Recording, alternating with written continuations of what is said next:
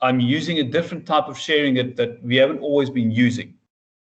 So what I'm referring to here is the ability when we click on share content. So let's discuss the share tray quickly. Right? So if I click on share content, what happens is I open up what we call the share tray here at the bottom.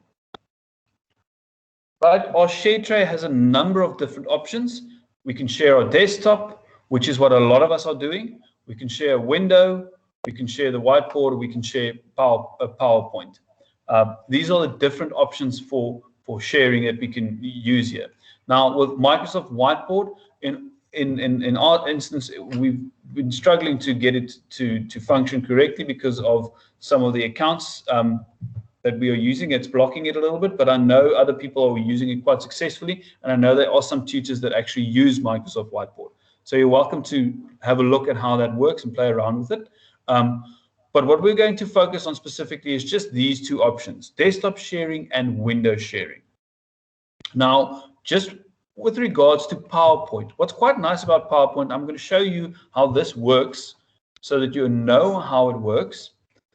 And then we're going to discuss one of the unfortunate flaws in the whole system. And I think it'll make a little bit more sense. So I'm opening up. Okay, I see it shows you the dialog. I need to just browse and I can open up something, or I can just use something straight from OneDrive. But let's just use the upload from computer. I'm going to just upload this one quickly. Technology integration.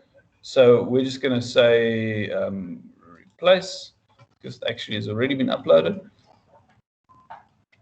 And now you'll see the way that my presentation looks is a little bit different, in the sense that what's nice about this is I actually still have my meeting chat on the side.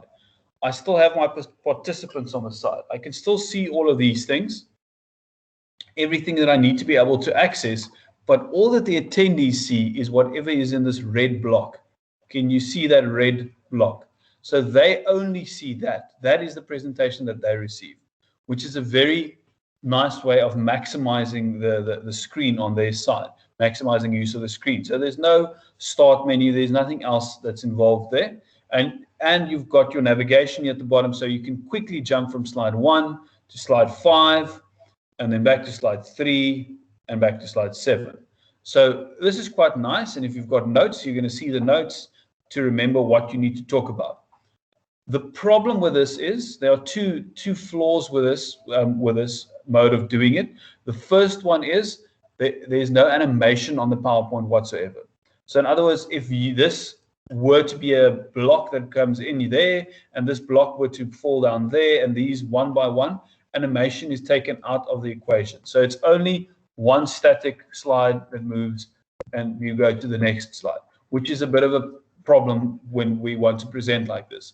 The other thing that's also a fundamental flaw is if you're presenting something in PowerPoint, what works incredibly well is the ability to right-click and then open up a laser pointer. So if you haven't been doing that, go play around with where to find your laser pointer, because this gives us the ability to focus learners' attention. You can have animation where you've got smaller bits of content that's coming in at different times, and you can use a laser pointer to focus them on that. Unfortunately, with this kind of presentation, we can't do that. So it works well for static presentations, but it doesn't really work all that well in terms of learner attention, if you need to keep the learner's attention. So that's why we're not necessarily advocating the presentation mode for the tutoring.